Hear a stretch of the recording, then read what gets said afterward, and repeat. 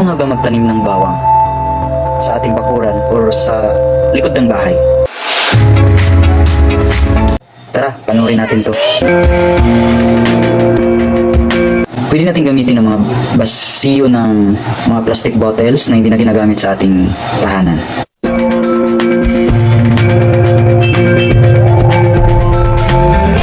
Tatanggalan lang natin ng bahaging nasa taas, yung malapit sa takip.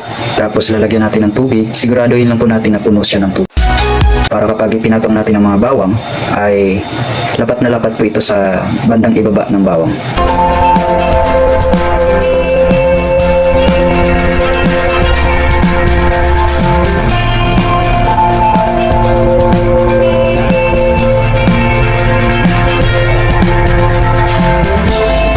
Ito po ay nasa 3 to 5 days.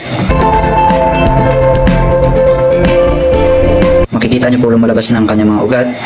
Siguraduhin lang po natin na nagpapalit din tayo ng tubig para hindi pa mahaya ng kiti-kiti yung mga plastic bottles na nilagyan natin ng tubig.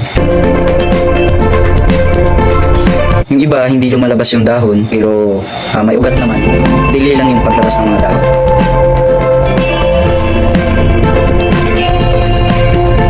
Yan po ay 3 to 5 days. Ito naman po ay 7 to 10 days. More than 1 week.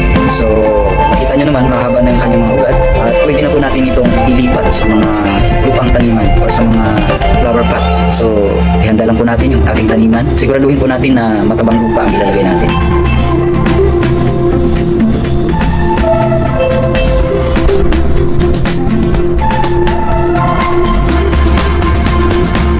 So, ihiwa-hiwalay po natin yung mga clumps ng bawang at itatanim po natin isa-isa. Huwag po masyadong dikit-dikit.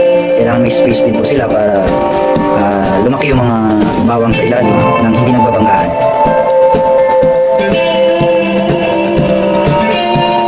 So ganyan po, buhaghag lang po yung lupa at natin siksik masyado. So sa maliit na espasyo po, pwede po tayo magtanim ng 6 hanggang 7 puno ng bawang.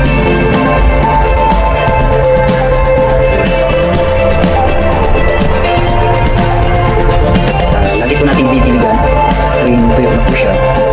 Lagyan po agad natin ng tubig o diligan na po natin. Ito po ay 12 days po ito. Ito naman po ay 25 days na. So iba-iba po, depende po kung paano natin siya tatanim. So usually po ang bawang ay pwede natin i-harvest after 80 to 90 days or 3 months po.